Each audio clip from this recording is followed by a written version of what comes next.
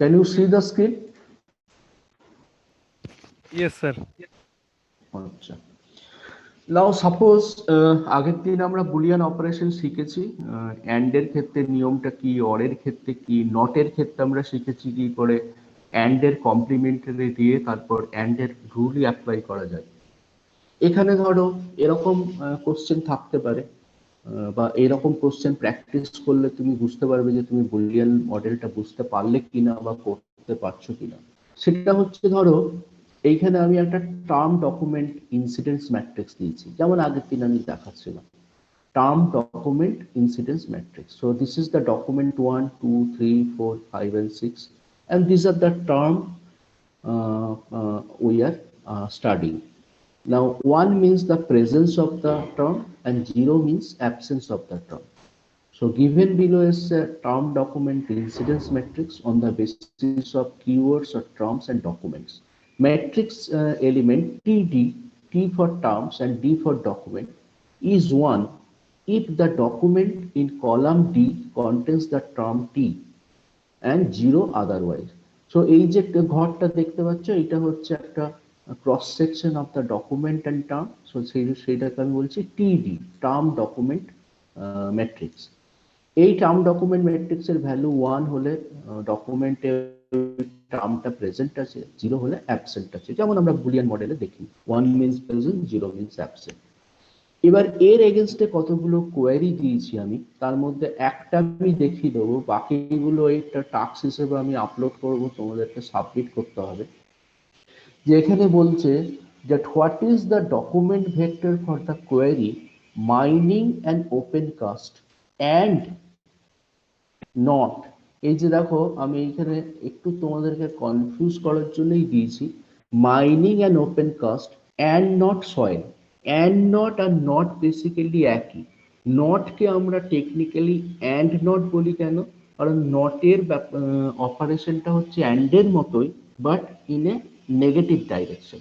And হচ্ছে positive direction inclusion, আর not হচ্ছে এক্সক্লুশন, বাট অপারেশন প্রসিডিওর এক, গেটটা একই, বুলিয়ান গেটটা একই, লজিক গেটটা একই।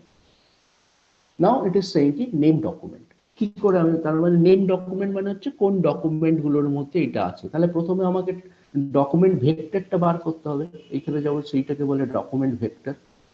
Use boolean retrieval model to answer which document vector will be retrieved against the queries as given in question number 1 to 5. So document vector তোমাকে কোন কোন ডকুমেন্টে এই টার্মটা আছে সেটা বলে দেবে।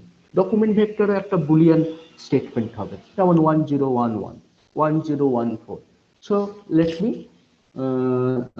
solve this issue, then I will give this task, upload this task for you.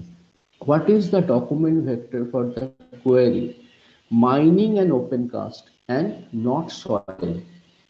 Okay, so let me open up another text document, minimizing it, and here I am giving this one.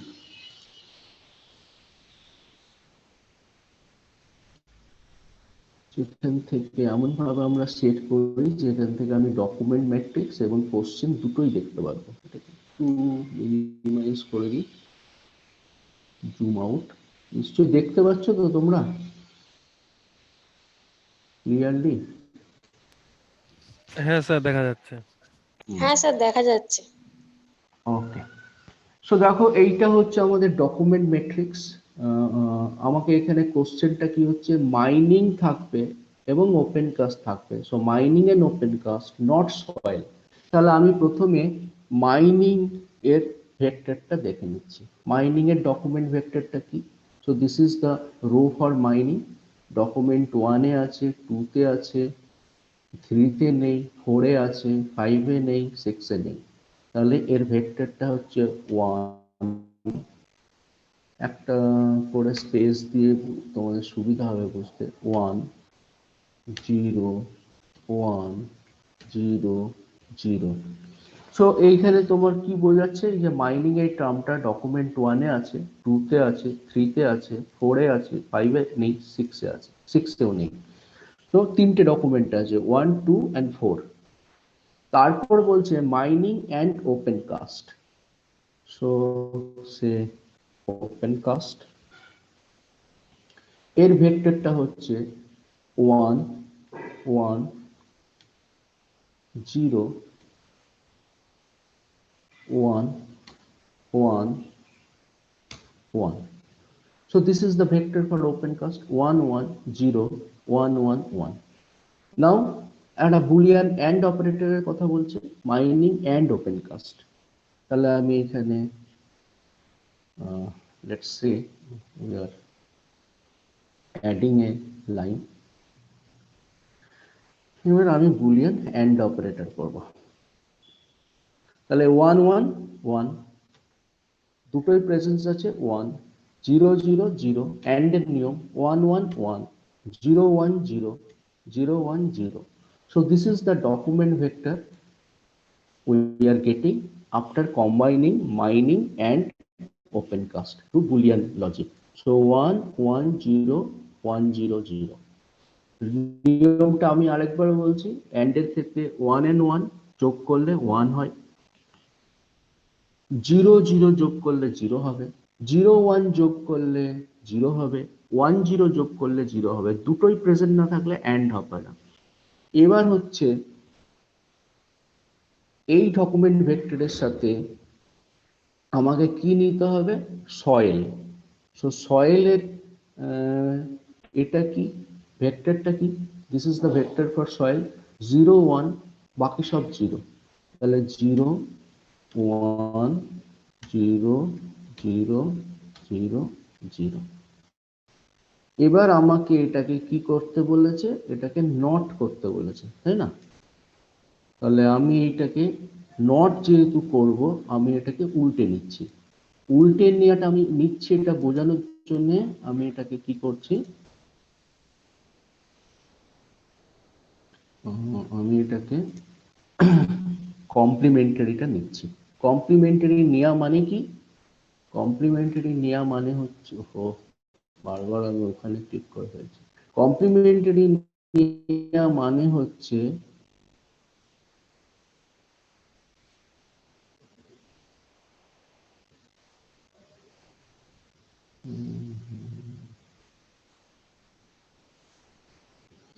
Complimentary নেওয়া মানে হচ্ছে যা value থাকবে তার উল্টোটা নেব। 0 থাকলে 1, 1 থাকলে 0, 0 থাকলে 1 1 1 1। এরপর আমি সিম্পলি এন্ড এর লজিক অ্যাপ্লাই করতে পারবো, যেহেতু আমি কমপ্লিমেন্ট নিয়েছি। এটা হচ্ছে নট বা এন্ড নট যাই লিখতে। তাহলে এবার আমি অ্যাপ্লাই করছি এন্ড এর নিয়ম, কারণ আমি কমপ্লিমেন্ট নিয়েছি। তাহলে আমাকে মনে রাখতে কম হবে। 1 1 1 1 0 0 0 1 0 1 1 1 0 1 0 0 1 0. So this is the operation final vector. আমি মাইনিং এন্ড ওপেনকাস্ট যোগ করে পেলাম এই ভেক্টর। তারপরে সয়েলের অরিজিনাল ভেক্টর হচ্ছে এইটা, যেহেতু আমি নট অপারেশন করব আমি এটাকে উল্টে নিলাম এন্ড এর নিয়ম অ্যাপ্লাই করব বলে 1 0 1 1 1 1। এরপর হচ্ছে আমি এন্ড এর নিয়ম অ্যাপ্লাই করলাম, কিন্তু রেজাল্ট হবে নটের 1 1 1 1 0 0 0 1 0 1 1 1 0 1 0 0 0 0 1 0।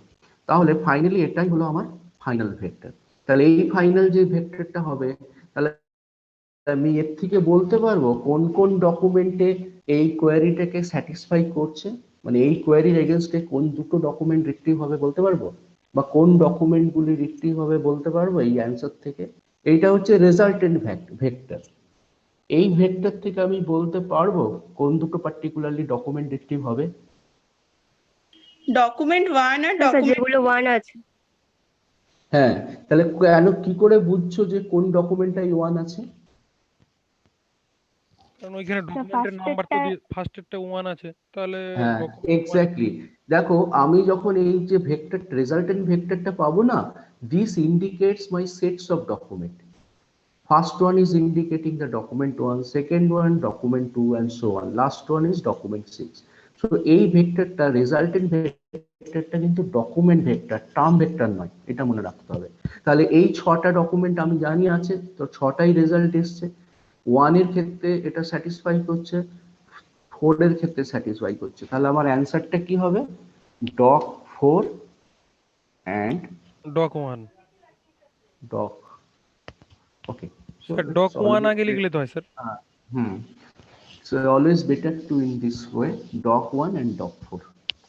So this is the vector. তোমাকে যদি বলে ডকুমেন্ট ভেক্টরটা লেখো তাহলে সেটাও তোমাকে লিখতে হবে, আর যদি তোমাকে ডকুমেন্ট অ্যান্সার চাই সেটাও বলতে হবে। বোঝা গেছে? স্যার বলছিলাম ওই যে আপনি সয়েলের যেটা নটেরই করলেন সেটা ওই হুম, রিভার্স করে দিলেন, এটা কি মানে এই রুলসটা মানে এইভাবে এরকম ভাবে প্রত্যেক ক্ষেত্রে এরকম ভাবে না আমরা করতে পারি? দেখো, আমার ক্ষেত্রে 3টে রুল আছে, তো যদি তুমি আমি যে রুলটা আপলোড করেছি সেইটা যদি পড়ো দেখবে 3টে রুল আছে। একটা হচ্ছে অরের ক্ষেত্রে কি হচ্ছে, অ্যান্ডের ক্ষেত্রে কি হচ্ছে, নটের ক্ষেত্রে কি হচ্ছে। কিন্তু আমি যদি 3টে রুল না মনে রাখতে চেয়ে 2টো রুল মাত্র মনে রাখতে চাই, কারণ আমরা বারবারই বলছি অ্যান্ড আর অ্যান্ড নট একই রকম ভাবে কাজ করে। অ্যান্ড মানে হচ্ছে তুমি ইনপুট করছো, নট মানে হচ্ছে এক্সক্লুড করছো, আর পজিটিভ সাইডের একটা নেগেটিভ সাইডে। সো আমি যদি 3টের বদলে 2টো ফর্মুলা মনে রাখতে চাই তাতে ভুল হওয়ার চান্স কম হয়, সেই ক্ষেত্রে আমি কি করব? সবচেয়ে সোজা রাস্তাটা হচ্ছে যখনই আমি নট অ্যাপ্লাই করতে যাব তার কমপ্লিমেন্টারি ভ্যালুটা নিয়ে নেব। 0 থাকলে 1, 1 থাকলে 0, তারপরে আমি অ্যান্ড এর নিয়মটাকেই অ্যাপ্লাই করব। তাহলে আমাকে মনে রাখতে হলো মাত্র 2টো নিয়ম, দুটো অরের নিয়ম। আর অ্যান্ডের। এটা সুবিধা হবে। আর যদি তুমি অ্যান্ড আর অ্যান্ড নটের 2টো নিয়মই মনে রাখতে চাও, আমি দেখেছি এটা স্টুডেন্টদের একটু গন্ডগোল হয়ে যায়, তো সেই সম্ভাবনাটা এতে একদমই কমে যাচ্ছে। It will be easier for you. হ্যাঁ স্যার বুঝতে পেরেছি স্যার। তো এইভাবে ধরো যতগুলি রিট্রিভাল সিস্টেম আছে যারা বুলিয়ান অপারেশনে কাজ করে, তারা প্রথমেই একটা ডিকশনারি তৈরি করে দেয়, যেটাকে আমরা বলি টার্ম ডিকশনারি। টার্মের গুলোকে এক্সট্রাক্ট করে। তুমি ধরো কিছু কি স্টপ ওয়ার্ড বাদ দিতে চাইছো, a, and, be, before, for, article, preposition, conjunction, এইগুলো বাদ দিলে, এই বাদ দেওয়ার পরে যে টার্মগুলো থাকলো সেইগুলো টার্ম ডিকশনারিতে গেল। টার্ম ডিকশনারিতে কি থাকে? কোনো একটা টার্ম কতগুলি ডকুমেন্টে এসছে। ধরো এইখানে যেমন ধরো এইরকম ভাবেই হয়, এটা একটা টার্ম ডিকশনারি। মাইনিং কতগুলি ডকুমেন্টে এসছে, ওপেন কাস্ট কতগুলি ডকুমেন্টে এই কথাটি এসছে। এবার যখন তুমি কোয়েরি করবে বুলিয়ান লজিক দিয়ে, ওই এক্স্যাক্টলি এই পদ্ধতিতে কাজটা করে। কিন্তু যেহেতু এটা একটা মেশিন করছে, স্পিডটা মারাত্মক বেশি। তুমি এইখানে 5টা টার্ম, 6টা ডকুমেন্ট, 7-8টা টার্ম নিয়ে এই কাজটা করছো। বাস্তবে এই মেশিন এই কাজটা করছে 6 লক্ষ ডকুমেন্ট, এই ধরো 1 লক্ষ ডকুমেন্ট আর প্রায় 6 লক্ষ টার্ম দিয়ে, কিন্তু স্পিডটা অনেক বেশি হচ্ছে। তোমাকে যদি এখন আমি 1 লক্ষ ডকুমেন্টের ম্যাট্রিক্স দিয়ে 6 লক্ষ টার্ম, তো তোমার অনেকক্ষণ সময় লেগে যাবে কোনো একটা কোয়ারির এগেনস্টে দিলে, যদি কমপ্লেক্স কোয়ারি হয়। কিন্তু মেশিনের ক্ষেত্রে তো এই ব্যাপারটা পারফেক্ট। ওকে যদি তুমি নিয়মটা বলে দাও, প্রসেসটা বলে দাও, speed is not a issue. So most of the retrieval systems are operating in this manner. বোঝা গেল? বেশ, তাহলে হচ্ছে এই জিনিসটা আমরা এবার টাস্ক হিসেবে আপলোড করে দেবো, একটু পরেই করে দেবো। Save as. স্যার বলছিলাম ওই যেটা এখন প্র্যাকটিসটা দেখালেন ওটা একটু আপলোড করে দিন স্যার। এটা তো রেকর্ডেই থাকবে, এই যে এটা ভিডিও রেকর্ডিং হ্যাঁ তো থাকবে। আচ্ছা আচ্ছা, হ্যাঁ স্যার ঠিক আছে। তো this is the process and you need to follow this task. Even তুমি যদি ইন্টারেস্ট নাও, তুমি নিজের মতো করেই কোয়ারি তৈরি করতে পারো। এই কোয়ারির তো কোনো শেষ নেই, যত কমপ্লেক্স কোয়ারি তৈরি করতে পারবে তত শিখবে। নিজের মতো করে কোয়ারি তৈরি করে বুলিয়ান ভেক্টর বার করো, দেখবে শিখতে পারবে। ওকে, so now we are where we are going. We are now going to show you the latest model, Boolean মডেলের যে প্রবলেম সেই থেকে আমরা কিভাবে বেরোলাম এবং কিভাবে ভেক্টর স্পেস মডেল এলো, কে প্রথম বললো, এই জিনিসগুলো আমরা শিখবো। এই মুহূর্তে সমস্ত মডার্ন রিট্রিভাল প্যাকেজ সম্পর্কে তোমার বা রিট্রিভাল ইঞ্জিন সম্পর্কে তোমাদের কোনো আইডিয়া আছে? Any idea? সার্চ ইঞ্জিন তো শুনেছো, রিট্রিভাল ইঞ্জিন জিনিসটা কি, কেন দরকার হয়? রিট্রিভাল ইঞ্জিন তুমি কি ব্যবহার করেছো আদৌ? কোন সফটওয়্যারে তুমি রিট্রিভাল ইঞ্জিন পেয়েছো এখনো অবধি? না স্যার, সেরকম তো এটা সম্পর্কে অতটা পাইনি ভালো না? আইডিয়া নেই। না স্যার। মানে পাওনি? ইনফ্যাক্ট তুমি যতগুলো প্যাকেজ নিয়ে থার্ড সেমিস্টারে ডিল করলে প্রত্যেকটার এগেনস্টে একটা করে রিট্রিভাল ইঞ্জিন আছে। রিট্রিভাল ইঞ্জিনটা আমাদের লাইব্রেরি প্যাকেজের ক্ষেত্রে এত ইম্পর্টেন্ট কেন? এটা এত ইম্পর্টেন্ট এই কারণেই যে আমাদের প্রায় বেশিরভাগ প্যাকেজই আমরা দেখেছি ল্যাম্প বেসড প্যাকেজ। আমরা এখনো অবধি যতগুলি প্যাকেজ ডিল করেছি, ধরো ডিসপ্লেসের ক্ষেত্রে দেখেছি ব্যাক এন্ডে পোস্টগ্রিএসকিউএল রয়েছে, কোহার ক্ষেত্রে দেখেছি ব্যাক এন্ডে মাইস্কিউএল রয়েছে, টেমাট্রেসের ক্ষেত্রেও তাই। টেমাট্রেসেও সার্চ রিট্রিভাল প্রসেস কিন্তু খুব ইন্টারেস্টিং, খুব সফিস্টিকেটেড। তো টেমাট্রেসের ক্ষেত্রেও দেখেছো মারিয়া ডিবি বা মাইস্কিউএল রয়েছে, কোহার ক্ষেত্রেও রয়েছে, ডিসপ্লেসের ক্ষেত্রেও রয়েছে। এই 3-4টে প্যাকেজ আমরা দেখেছি। এখন ব্যাক এন্ডে একটা ডেটাবেস ম্যানেজমেন্ট সিস্টেম রয়েছে, তারপরেও আমার একটা টেক্সট রিট্রিভাল ইঞ্জিন দরকার হচ্ছে কেন? যেমন এই প্যাকেজগুলো কি রিট্রিভাল ইঞ্জিন ব্যবহার করে? কোহার ক্ষেত্রে তোমরা দেখবে কোহা ব্যবহার করে জেব্রা রিট্রিভাল ইঞ্জিন। কোহার প্রথম দিকে ভার্সন গুলো কিন্তু কোনো রিট্রিভাল ইঞ্জিন ছিল না, ওরা মাইস্কিউএল এর কোয়েরি ইঞ্জিনটাকেই ব্যবহার করতো, যেটাকে বলে মাই আইএসএম। মাই আইএসএম বলে একটা ইনবিল্ট কোয়েরি ইঞ্জিন আছে মাইস্কিউএল বা মারিয়াডিবির মধ্যে, সেইটাকে ব্যবহার করতো। কিন্তু ক্রমাগতই দেখা গেল, এবং যেটা বরাবরই লাইব্রেরি প্রফেশনালসরা বলে এসছে, যে library basically deals with text retrieval, আর কম্পিউটার খুব এফিসিয়েন্ট হচ্ছে নিউমেরিক্যাল ডেটা রিট্রিভালের ক্ষেত্রে। সেই জন্য ব্যাংকিং অটোমেশন, ফিনান্সিয়াল অটোমেশন এত সাকসেসফুল। ব্যাংকের ক্ষেত্রে তুমি জানো প্রতিটা অ্যাকাউন্ট নাম্বারই হবে 15 ডিজিট, প্রতিটা আইএফএসসি কোডই হবে 11 ডিজিট, প্রতিটা ব্রাঞ্চ কোডই হবে 4 digit. We know that is determined by international banking system. So আমাদের ক্ষেত্রে খুব একটা রিট্রিভালের সমস্যা নেই, কারণ আমি জানি 15টা ডিজিট যদি অ্যাকাউন্ট হয়, অ্যাকাউন্ট নাম্বার যদি ফার্স্ট ফিল্ড হয়, পরের ফিল্ডটা যদি নেম হয়, তাহলে ঠিক 16 নাম্বার বেস অ্যাড্রেস থেকে নেম ফিল্ড শুরু হবে। দ্যাট ইজ ডিটারমাইন্ড, কারণ 15টা ডিজিট তুমি যদি ডিজিট না থাকে জিরো ব্যবহার করছো, 000 1 2 3 4 অ্যান্ড সো অন। তাহলে আমি জানি যে পরের ফিল্ডে এক্স্যাক্টলি কোথায় শুরু হচ্ছে, এটাকে বলে ফিক্সড লেংথ ফিল্ড। আমি ফিল্ডের লেংথটা জানি, so that I can determine the original start of the next field. কিন্তু যখন তুমি নেম ফিল্ডে আসছো, দেখো নেম ফিল্ডের ক্ষেত্রে অ্যাকচুয়ালি কিন্তু কোনো ফিক্সড ফিল্ড দেওয়া যাবে না।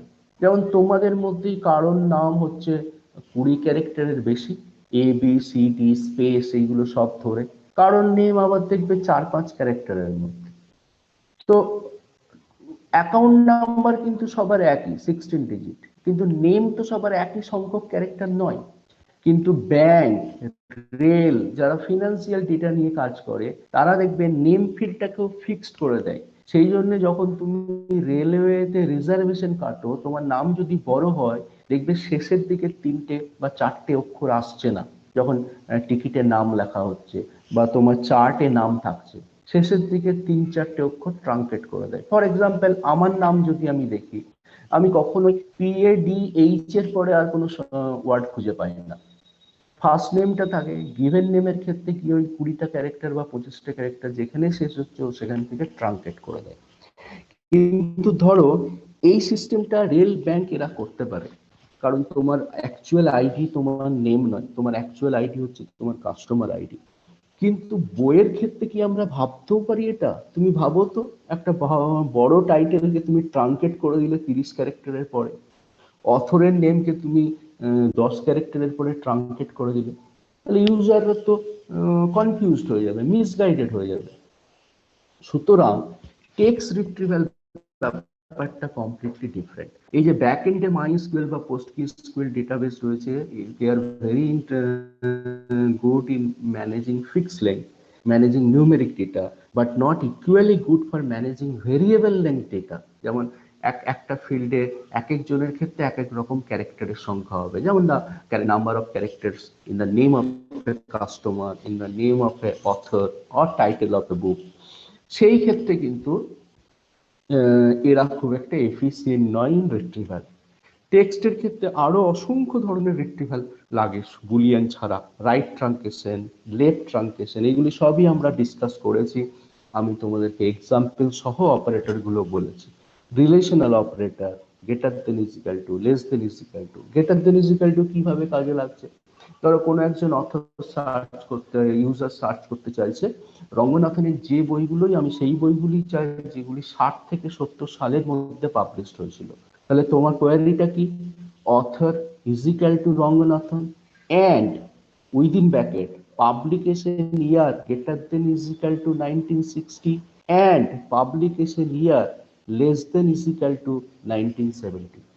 So relational operator লাগছে, বুলিয়ান অপারেটর লাগছে, রাইট ট্রাঙ্কেশন লাগছে। যেমন ধরো ক্যাটালগিং এর অসংখ্য name variant, catalogue, catalogues, cataloguing operation, cataloguing rules.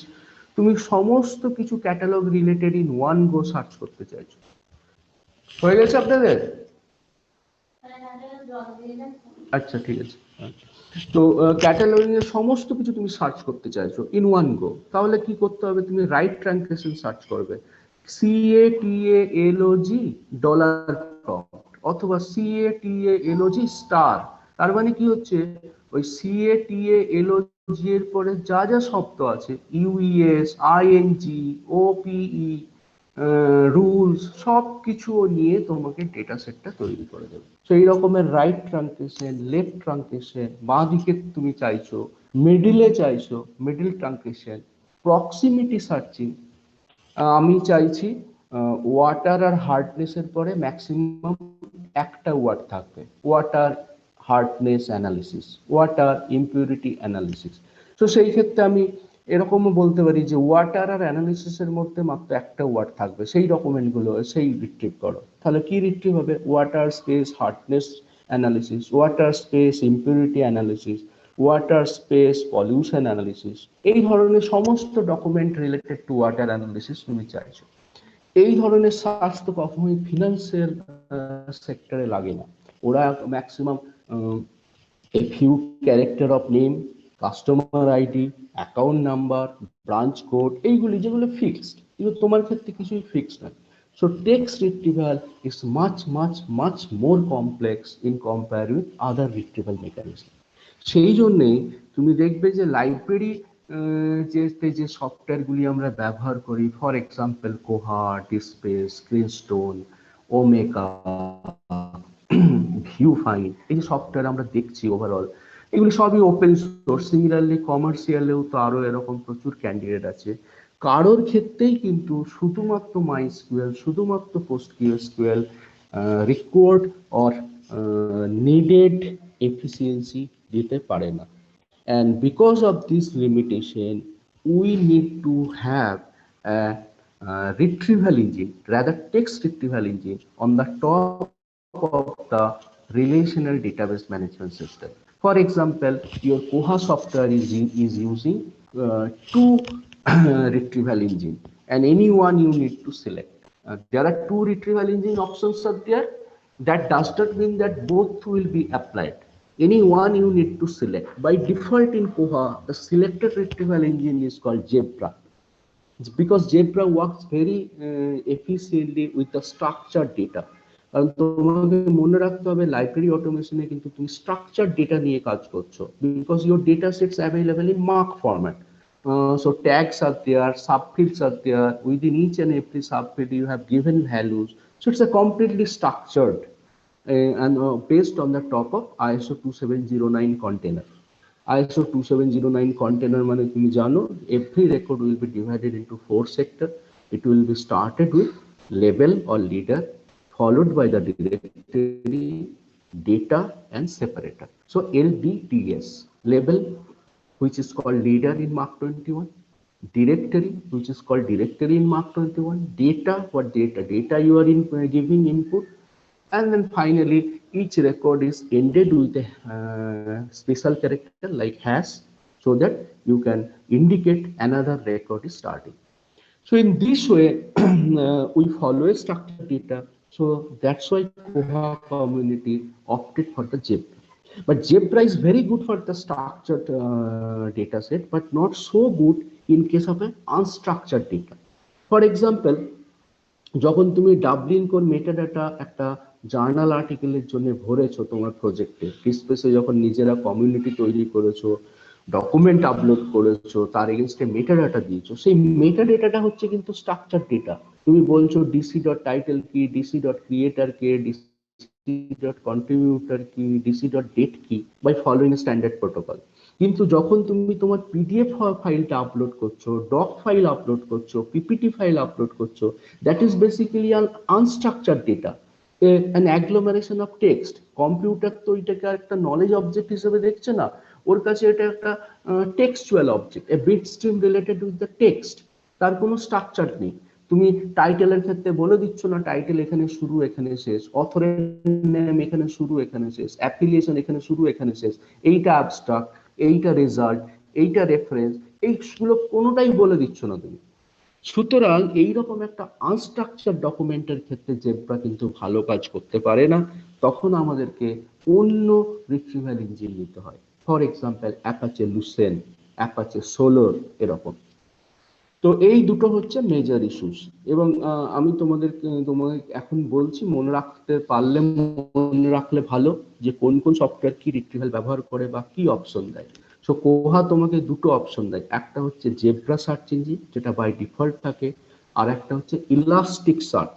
Elastic search is a kind of very system which can handle structured data as well as unstructured data. ওকে, তারপর আছে গ্রিনস্টোন। গ্রিনস্টোনে যখন তুমি ব্যবহার করবে, গ্রিনস্টোন তোমাকে তিনটে অপশন দেয়, তার মধ্যে যে কোনো একটা তোমাকে বেছে নিতে হবে। They have started with a retrieval engine called MGPP, Managing Gigabyte Plus Plus. Then came Lucene, Apache Lucene, and finally the latest one is Apache Solar. So what is the difference between Apache Lucene and Apache Solar? You can say roughly or broadly that Apache Solar is the next version of Apache Lucene. So they are basically built on the top of the same source code, but available as Apache Lucene package, and a modified version of Apache Lucene, much more advanced version of Apache Lucene as Apache Solar.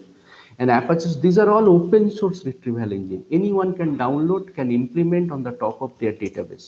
And Apache Solar is such a powerful software engine, search engine or retrieval engine, that the Amazon, a global business setup like Amazon, who can invest any number of money, any amount of money to develop a retrieval engine, but they use Apache Solar. That is the power of Solar.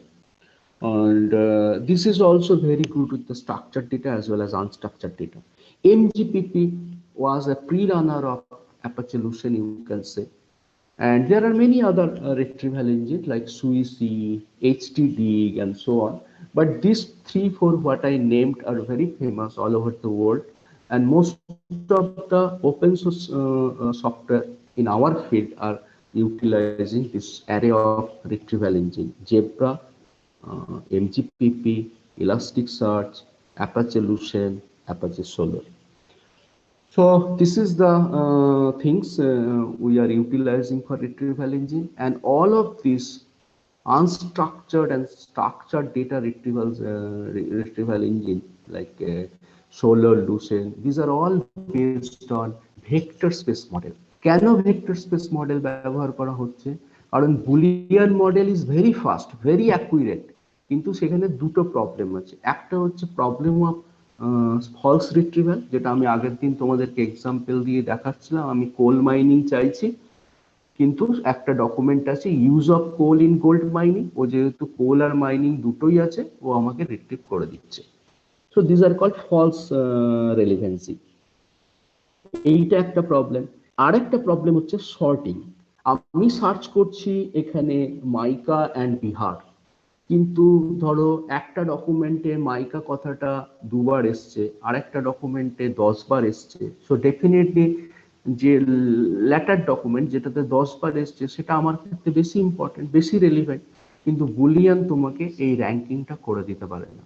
ও তোমাকে হয় record number wise, অথবা আলফাবেটিক্যালি by title, অথবা আলফাবেটিক্যালি by author, এইরকম ভাবে দিতে পারবে। ও relevancy check করতে পারে না কোন ডকুমেন্টটা তোমার ক্ষেত্রে বেশি important on the basis of some kind of statistical association that it cannot determine. So these two are the greatest limitations of Boolean based model.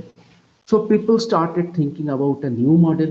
Some of the library scientists actually recommended a set of model, and one of the famous library scientists who first proposed a string based model, that means text retrieval engine model, and whose work actually adapted later on as a base for vector space model, is called Gerald Salton.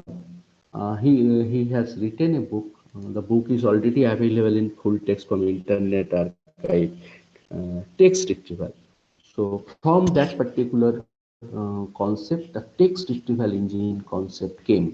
So here you can see, in case of iron model, the topic, if you have gone through, I do hope that you have gone through this one, that what I have given here, information retrieval model details, term matching কি করে, similarity matching কি করে. Vector space model is basically a similarity matching model in place of the term matching model of Boolean operator. So yesterday we discussed about this, what the classification. Now this is the difference between the Boolean model and the vector space model. Probability model, still it is not available, mainly available in ResearchBet, so we are not discussing it now. So here it is adapted by Boolean logic. Yes, Boolean logic model is based on Boolean logic, the very core of it. Vector space is not based on Boolean logic. It is actually based on the vector similarity of pattern, similarity based, not term based. So term weighting is there, not there. So all kind of advanced level of thinking. Say for example, you are searching coal and mining, but mining is more important for you. So you can boost up the term mining, or you can give weightage for the term mining. Say my coal 5 in a 10-point scale, I can give coal /5 and mining /9. So that means in a 10-point scale, importance of mining is 9 for me and coal is 5 for me. But in your case, coal can be 9 and mining can be 5. You are mainly searching against everything related to coal. So that is called term weighting. In a 10-point scale or 5-point scale, you are defining the weight of a given search term. So Boolean logic, does it support it? No. Vector space, yes. Ranking of results, as I said, that after retrieval, can it rank the result according to some principles? Not, I am not talking about sorting. Sorting is a very easy one. Alphabetically, you can sort anything. But the relevancy, which one is more relevant for me? That requires some kind of mathematical basis, some kind of algorithmic basis. So Boolean logic does not support it, but vector space, yes. So matching mechanism is term matching. Every term we are searching, it can match, and according to that, it can create document vector, as you have seen in example. But here, it is not actually searching for your term. The term you have given, but it is not actually searching the term. It is searching the similarity. It is creating different kind of n-gram related to your term, and then it is doing a vector distancing calculation. It actually retrieve documents on the basis of the distance between the vectors, not on the basis of vectors like the Boolean model. So it's really very complex, but much more effective. You can see it can support term weighting, it can support ranking of results, And special feature is that there is a relevance feedback. You can train this package that it can retrieve a set of documents on the basis of relevancy. Then relevancy feedback model, if you if you apply it, deployed it, it can ask you that against your query, I have 8 documents. You please check and tell me which 5 is the top 5 most relevant document for you. So when you mark okay of these 8 documents, these 5 are most relevant for me. So if the mechanism can learn from the response of the users or end user.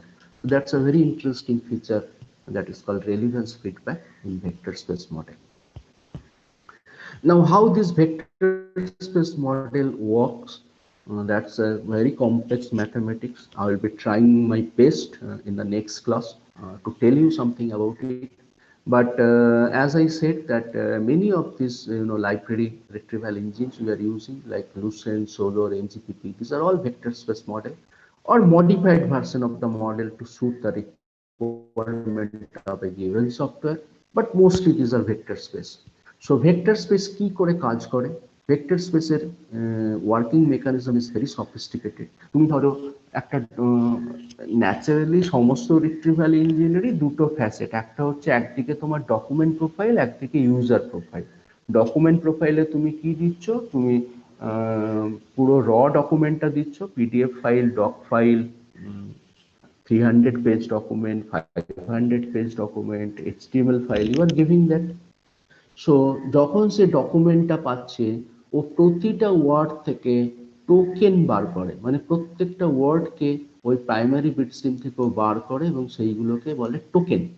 সেই টোকেনগুলোর মধ্যে ও normalise করে। Normalise কি করে? সবগুলোকেই lower কেসে convert করে। যেমন সেই জন্য দেখবে গুগল বলে যে যখন তুমি you are not quite sure এটা ক্যাপিটাল না sentence by lower case.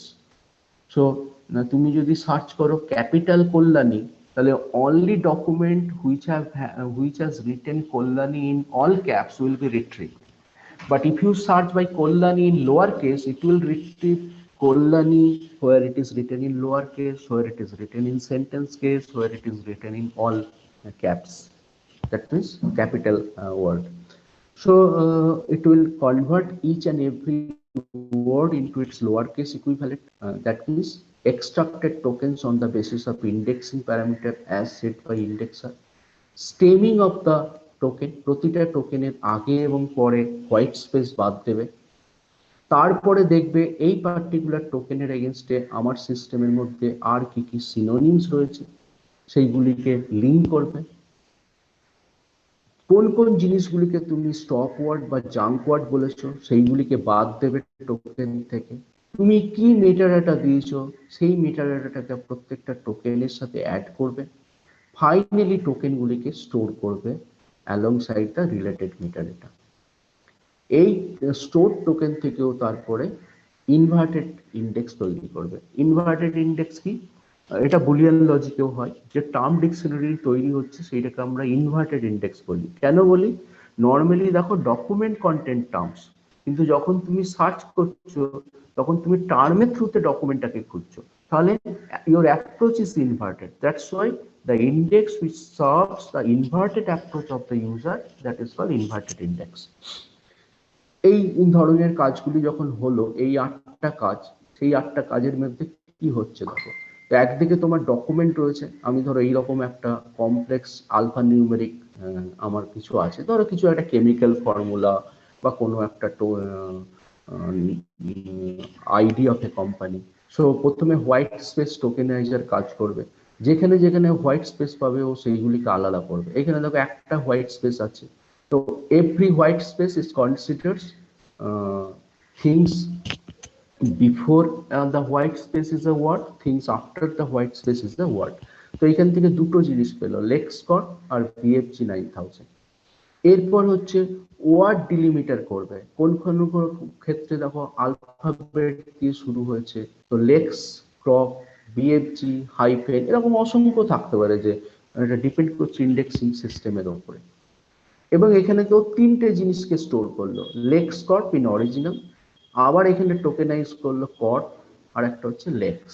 Similarly বিএফজি K বিএফজি হাইফেনটাকেও tokeniser হিসেবে ব্যবহার করলো 9000। তারপরে সেই প্রত্যেকটা জিনিসকে লোয়ার কেসে কনভার্ট করলো, লেক্স লেক্স, কট কট, বিএফজি, এটা তো নিউমেরিক লোয়ার কেসে হবে না। সিমিলারলি এবার ধরো একজন ইউজারও সার্চ করছে এই কোম্পানির নাম দিয়ে। তো আমি ইউজার, আমি অত লেক্স ক্রপ একসাথে এটা জানি না, আমি লেক্স স্পেস ক্রপ বিএফজি অল ক্যাপিটাল জানি না, হাইফেন আছে জানি না, এরকম সার্চ করলাম। তাহলে আমার কোয়েরিটাকেও হোয়াইট স্পেস টোকেনাইজার দিয়ে লেক্স কট বিএফজি 9000 যেভাবে আমি সার্চ করেছি তিনটে ডোমেনে ভেঙে নিল। তারপরে এটাকেও তোমার ইয়েতে কনভার্ট করলো, ডিলিমিটারে কনভার্ট করলো। এই যে ধরো বিএফজি 9000 এখানে ও বিএফজি মানে আলফা নিউমেরিক্যালের মধ্যে একটা ভাগ করলো। তাহলে ফাইনালি আমি দিয়েছিলাম এইটা, আমার কোয়েরি থেকেও বার করলো লেক্স ক্রপ বিএফজি 9000। এবার লোয়ার কেস ফিল্টারের দিয়ে পাস করালো, তাহলে লেক্স হয়ে গেল লেক্স, ক্রপ হয়ে গেল ক্রপ, বিএফজি 9000। নাও দেখো এই দুটো কমপ্লিটলি ম্যাচ করে গেল। তাহলে আমার ডকুমেন্টটা ছিল একরকম, এ প্রতিটা ইউনিটে এটাকে ভাঙলো, আর আমার কোয়েরিটা ছিল আরেক রকম, সেও যখন প্রতিটা ইউনিটকে ভাঙলো, finally this two are matching. হ্যাঁ বলো। স্যার বলছিলাম ওই যে word delimiter filter create words is equal to 0 আর একদিকে আছে 1, 0 আর 1টা একটু বলে দেন স্যার। ওয়ার্ড ডিলিমিটার ফিল্টার, এইখানে তুমি অসংখ্য ফিল্টার, এইখানে ওয়ান মানে হচ্ছে প্রেজেন্ট, যদি প্রেজেন্ট থাকে তাহলেও ভাঙো। যেমন ধরো এইখানে বিএফজি আর 9000 এর মধ্যে যে লিমিটেশন হচ্ছে, যেটা ওয়ার্ডও নয় যেটা নাম্বারও নয়, মানে স্পেশাল ক্যারেক্টার, সেইটা যদি থাকে ইজিক্যাল টু 1 তাহলে তুমি ভাঙো। আবার এখানে বলছে 0, যদি না থাকে তাহলেও ভাঙো, না থাকে তাহলেও ভাঙো মানে হচ্ছে বিএফজি আর 9000 এর মাঝখানে কোনো স্পেসিয়েটার বা ইন্ডিকেটর নেই, কিন্তু এখানে আলফা এবং নিউমেরিক এই দুটোর কম্বিনেশন হচ্ছে। সেই জন্য ও বলছে যদি এখানে নিউমেরেটর না থাকে বা ওয়ার্ড ডিলিমিটার ফিল্টার না থাকে তাহলেও ভাঙো বিএফজি 9000। আবার এখানে হাইফেন দিয়ে ইন্ডিকেটর রয়েছে, সেই ক্ষেত্রে ইন্ডিকেটর থাকলে ভাঙো। মানে এরকম অসংখ্য স্ট্রিমিং থাকে, ওর ফাইনাল টার্গেট হচ্ছে এটাকে ইউনিটে কনভার্ট করা, টোকেনে কনভার্ট করা।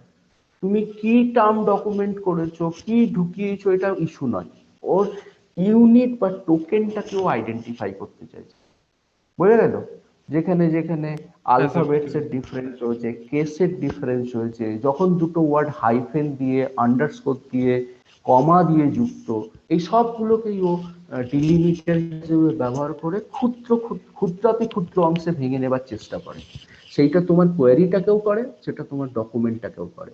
তার ফলে কি হয়, যখন এইভাবে ইউনিটে ভেঙে নিল তখনও প্যাটার্নটা দেখতে চাই, সিমিলারিটি কতখানি। দেখো একেবারে হুবহু সিমিলার ওয়েতে এই দুটো কাজ করছে, তখনও তোমাকে রিট্রিভ করে বলবে যে এইটা ডকুমেন্ট ভেক্টর থেকে পেয়েছি, এটা কোয়েরি ভেক্টর থেকে পেয়েছি, this two are completely matching for this document, it will retrieve the document which contains this particular term.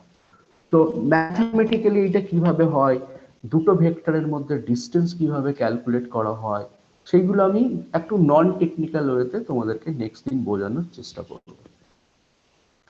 তাহলে ইনফরমেশন রিট্রিভাল মডেল আমরা আজকে শেষ করলাম। ভেক্টর স্পেস মডেলটা বোঝার চেষ্টা করব, বাট ইটস যাদের ম্যাথামেটিক্যাল ব্যাকগ্রাউন্ড নেই তাদের পক্ষে বোঝা একটু মুশকিল। তবু আমি I will try my best to do it in a non technical way. আর এখানে আমি তোমাকে টাস্কগুলো আপলোড করে দেবো। So next we will be starting different types of digital IR system. So I am in the process of preparing a lecture note related to this. The moment it will complete by tonight or tomorrow morning, I will upload it. So meanwhile, you please go through this lecture note video tutorial, including today's video tutorial, and the tasks I will be uploading very shortly. Okay. So that's all for today. If you want to ask anything, you can ask. Otherwise, we can close this session. Sir টাস্কটা কি 2 দিন পরে জমা দিতে হবে নাকি? একটু time এরকম আর কোনো হার্ড অ্যান্ড ফিক্সড ইয়ে নেই, খালি আমাদের টার্গেট হচ্ছে আমরা যাতে মার্চের 1 তারিখের মধ্যে আমার সিলেবাসটাকে শেষ করতে পারি। এবং আমরা এখন এই মুহূর্তে যথেষ্ট কমফোর্টেবল পজিশনে রয়েছি। আমার ভার্চুয়ালি 301-এ আর 3 থেকে 4টে টপিক বাকি আছে, আর 306-এ খালি মেটা ডাটা পার্ট আর অন্যান্য টাস্কগুলো কি বাকি আছে সেটা দেখে নিচ্ছি আমি। কিন্তু আমার টার্গেট হচ্ছে ম্যাক্সিমাম মার্চের 2 থেকে 3 তারিখের মধ্যে আমার পার্টে যা আছে শেষ করে দেওয়া। আর আমার পার্টে যা শেষ হয়ে গেল মানেই তোমার মোটামুটি 3rd সেমিস্টার হয়ে গেল, কারণ আমি দেখছি 80%ই তো আমাকে কভার করতে হচ্ছে। হ্যাঁ, আপনি তো তাই বললেন ধরে নাও যে সব তোমার complete। Syllabus will be over by March 3rd, you can say, or March 5th, you can at the best, or at the most rather, and you be ready that your exam will be started or will be starting and completed within 20th March to 30th March.